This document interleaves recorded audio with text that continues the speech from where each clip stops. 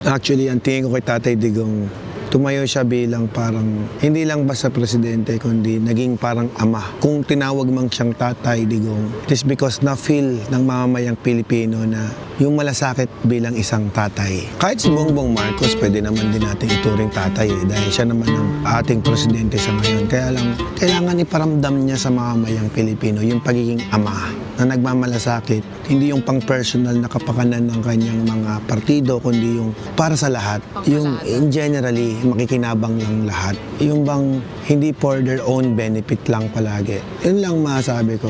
And again, we support kung ano man yung gustong gawin ni President Bongbong Marcos. Basta sa kabubuti ng mamamayang Pilipino. We will support him dahil presidente natin siya.